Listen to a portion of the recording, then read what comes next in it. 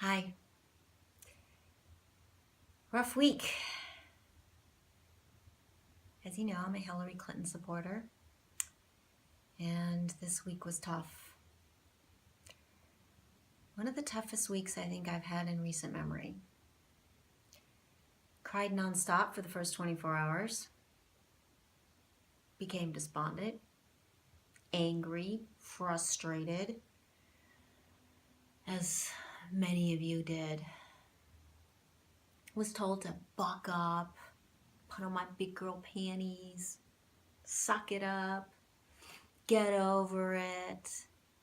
It's not that bad. You haven't lost your power.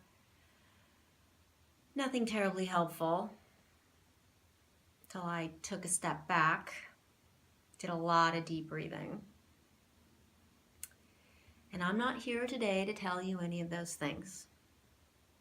What I'm here today to tell you is what I plan to do and what I hope you will join me in doing. Now, unfortunately, barring impeachment, Donald Trump is going to be the next president of the United States. He does not represent me. He does not represent anything I stand for. I have been bullied. I have been mocked. I have been sexually assaulted. And therefore, that man cannot be my representative. However, he is not our sole government. There are a lot more elected officials, Republican and Democrat, who are our representatives. We need to know, seek out, communicate with, and support those who support the popular vote. Because the popular vote went to Hillary Clinton. To me, that says that our social programs, our environmental programs, our policies around immigration, the economy, that all of those things are supported in one way or another by the majority of voters in this country. And just because a small minority voted Donald Trump as their president does not mean that the rest of us are silenced. You must communicate thoughtfully, without violence, the will of the popular vote. You need to be informed. You need to do your research. You need to know who your legislators are. You need to follow them on social media. You need to know how to speak with them. How do you communicate with them? You can make appointments to go in and meet many of them. Do they hold town halls? If they do, you go to them. For those individuals who will be affected by many of the social policies, some of them in the very first day, things like DACA, which is an executive order, which Trump could actually repeal on day one, will put approximately 1.2 million people into the illegal alien status. Now, there are many organizations out there which you can support through your time, through your dollars, to help support those individuals during that time. The LGBT community has lots of opportunities so that you can help lobby and support their rights as well in this administration that is not terribly favorable to the rights of that community. You know, I bordered on hysteria a bit because I was thinking, oh my God, what is he going to do? What can he do? And that's where I needed to sit down and do my homework. Needed to review my civics class. I'm a nurse, not a poli-sci major. So I needed to go and review, how does all of this work? What is the reality of what he can do? Not what he said he's going to do, not what we fear he's going to do, but what can he actually do? So let's take a look. Executive orders. Unfortunately, because of the dynamics of Congress and President Obama, a lot of what President Obama's legacy is going to unfortunately die by the executive order. He wrote a lot of them. He governed by the executive order. He had to. He was forced to. People in Congress were not there to do their jobs. They were there to follow party lines. Can't let that happen again. So, executive orders, easily overturned. So go out there, find out what the executive orders are that he is likely to overturn. Wait till he overturns them, and then put your time, energy, and money behind the organizations and the individuals that can help to offset the damage that that is going to do. Legislatively, now this is a little trickier. This is stuff that he is going to not only have roadblocks from the liberal side, but also the conservative side, because he kind of doesn't really fall into either category. So he's going to butt a bit of heads, which is good. It should help to temper some of the more egregious of his policies. But one that we are likely to see, and we are likely to see very, very quickly, is major tax reform. Now, major tax reform has wide sweeping implications. And this is where I think many people don't understand, particularly his base may not have been very clear. They were hearing one thing and not really kind of being forward thinking enough to understand how this is really going to impact their day-to-day lives. So the tax reform, if it is as he has outlined it, would give the most wealthy Americans and corporations in this country significant tax breaks. Matter of fact, if you make over $3.5 million, you're looking at about a 19% tax break.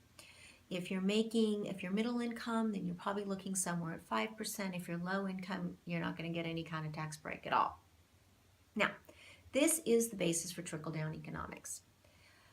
Why the Republicans keep pushing trickle-down economics is beyond me, because to date it hasn't worked. Theory is you cut taxes, that creates more capital available to the wealthiest Americans and corporations. They then use that capital to create more jobs. Now, the tax breaks will happen almost immediately. Most likely our 2017 taxes will be affected by tax reform. Creating new jobs, on the other hand, is not going to happen that quickly. There's no way. Even if you're looking at, manufacturing, he keeps talking about manufacturing. What manufacturing in particular, I don't know. But to retool an entire facility from Mexico or China back to the United States and have it be fully functioning in time to meet the needs of those individuals that are going to be harmed by this huge sweeping tax reform, the timing just isn't going to work. It just can't. There's no way it can work. So, because when you cut taxes that much, you create a deficit. You have to. That's where the government gets their money. You pay taxes, those dollars get used to fund programs. Now, he's not going to touch the funding for military spending. As a matter of fact, he said that he would like to expand it. In theory, conservatives support that. He also won't be able to touch Social Security. That's very well protected. Social Security is not going to go anywhere. So those are two big pools of money, especially as Americans get older and more people tap into the Social Security system. It expands those numbers. That's a problem because where do you make up the deficit? You make up the deficit through cutting social programs. Things like unemployment benefits, farm subsidies, food stamps, health care, educational funding, Medicare, all of those things have to be cut. Some of them will be slashed completely. He's already said Planned Parenthood. He wants to stop funding Planned Parenthood, which is a place you can put your money, your time, and your dollars. They're going to need it. So if you believe in what Planned Parenthood does, and I do, then that's where you want to put your time. That's where you want to put your support. And unfortunately, because the majority of the Congress is conservative, Republican, and because of something that the House has, which is called budget reconciliation, it's a method that they can basically push through this fiscal reform very, very easily. We basically are powerless to prevent it. Hopefully, there are saner heads that will prevail and it will be modified to some extent. Paul Ryan's plan is a tad more, not quite as wide sweeping, a tad bit more conservative. So maybe we end up with a blend. I don't know. Nonetheless, it is going to have a huge impact. And part of what Trump has said is that to bring the jobs back, he plans to place really heavy tariffs on items that are brought back into this country. And he can do that, for sure, that can happen. Whether or not that forces jobs back into this country, I don't know. I would think that in part, some of those tariffs are just going to be turned over to us as consumers. Prices are going to go up, which is going to create inflation, which isn't good for anybody. And also that it'll just become part of doing business for some of these countries. Their profits are so high that if they have to have some losses in other places, it's not such a huge deal for them. It doesn't force jobs to come back to this country. So, and the timing, how does the timing work out on that? I don't see it. So what happens is the individuals the minority of the individuals who believe his promises of bringing jobs back to this country, taxes are going to get cut, therefore their programs are going to get cut, jobs aren't going to come back to this country quickly enough, and now they're left without a safety net. So we have to provide that safety net for those of us who can through volunteering our time, our energy, money if we have it, because that's what we're going to have to do in the short term. Now, other wide sweeping legislation, particularly that goes through the Senate, the filibuster can be used. Now, the filibuster is interesting. So the filibuster has been used quite well by the current Congress. That's how they have blocked pretty much anything that President Obama has wanted to do. Now, the problem is that because the Republicans have the majority, they can actually limit the filibuster. They can actually break a filibuster. If there are enough legislators in their seats at the time of the vote, they can actually vote to break the filibuster and therefore push through their agenda. So, we need to be communicating regularly with our legislators, those that support our philosophies, those that support our ideals, our morals, our policies. We need to be communicating with them. We need to let them know that we're watching. We're going to make sure that we know how they're voting. We're going to provide feedback to them on how they're voting. And if they cannot and will not do their jobs as they have been elected by their constituency to do, we will make sure that the next time they come up for re-election, they will no longer have those jobs. That is how you speak to your government officials. Know who they are. Know what their voting records are. Inform yourself. Don't rely on what the media tells you. Look it up. It's not that hard. If I can figure it out, and I am not that very technologically savvy, you can figure it out. Figure it out, know it, own it. 2018 midterm elections. It's a biggie for us liberals. We have got to turn out in droves. We have got to take back the majority in Congress. We have to. Because if we don't, then 2 years becomes 4 years. Things start to become entrenched. He gets more done. The more he gets done, the more likely he is to be re-elected. He will be the incumbent. He will have a track record.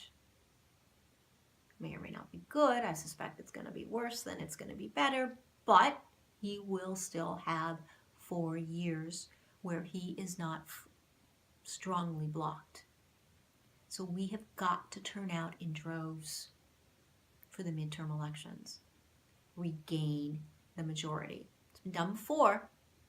It can be done. It needs to be done. At any other time in history, it needs to be done more now than ever before. So, make sure your voice is heard.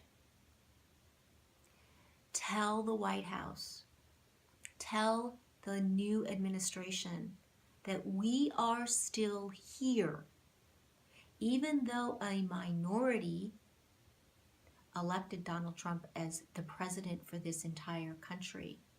That minority does not speak for this entire country.